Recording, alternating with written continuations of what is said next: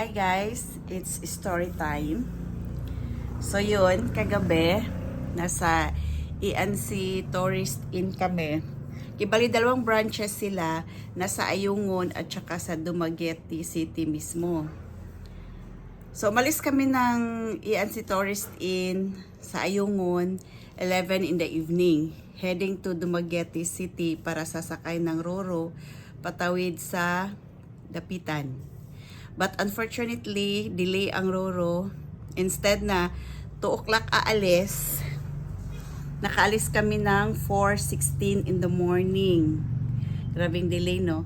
So, nakarating kami sa Dapitan. Nandun si Daddy Ike. Anong time, Dad? Dumating tayo sa Dapitan Port. 9:30. 9:30 in the morning na. Tapos, nag-drive kami from Dapitan Port up to here in Bijou Hotel. Plaridel. Dito sa Plaridel, mga more than an hour. And this time, it's 11:30. Buti pina-check-in kami ng maaga. 10:30, pina-check-in na kami. 10:30 or 11, Dad. Pina-check-in kami, tapos nag-order na rin kami ng lunch. Maulan dito. Maganda sanang tumawid sa Bawbawon Island. Kaso lang low tide at saka maulan. Kapag low tide kasi, yung boat nila hindi makakadaong doon sa, hindi naman boat na malaki, yung pump boat lang ba? Hindi makakadaong directly doon sa sa parang resort nila. So we have to walk mga ilang minutes yung nilakad natin noon. Matagal yun, di ba? Matagal yun. Mga more than an hour din na maglakad ka doon sa island. Kasi putik ng...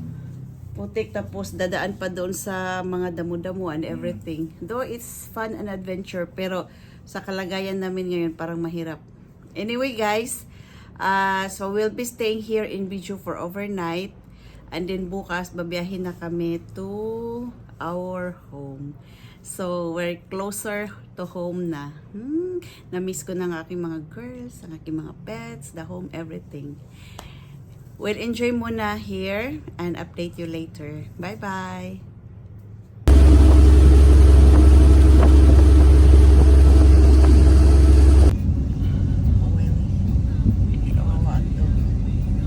Kaya lamig. Dapat pinapasok siya doon sa...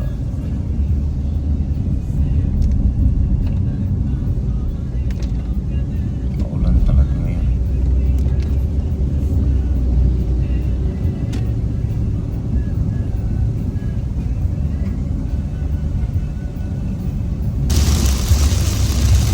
Lakas ang ulan.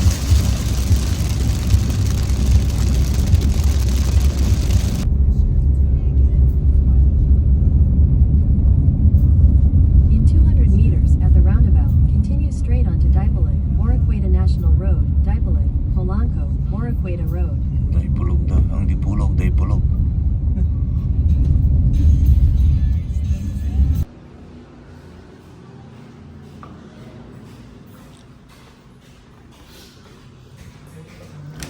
Morning!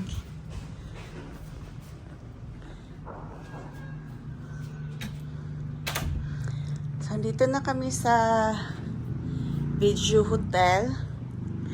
Tig-isa kami ni Daddy Ike ngayon ng bed. Hindi kami magkatabi.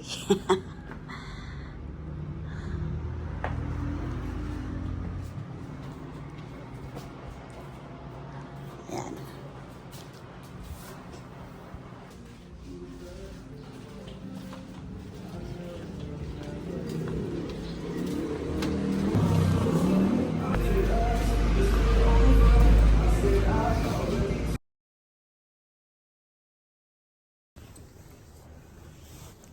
Good evening guys. Good evening na talaga dahil gabi na. Time check, it's 9:34 in the evening. So ang ganap namin buong araw, natulog lang. Bumabawi sa maraming utang na tulog. Kasi kagabi kahit check-in kami for 5 hours sa Tourist Inn. Hindi rin naman ako nakatulog kasi inisip ko baka maya hindi ako magising pag-alarm. Tapos sa barge, yung upuan lang ba, wala siyang bed.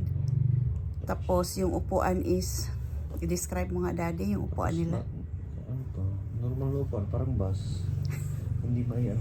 Hindi ma-recline. Tapos delay pa yung... Super delay. yung Delay ng 2 hours. So, ayun, nag-brunch kami kanina dito sa Hotel Bijou. Totally staycation lang kami dito. massage. After brunch, pagka 12:30, natulog.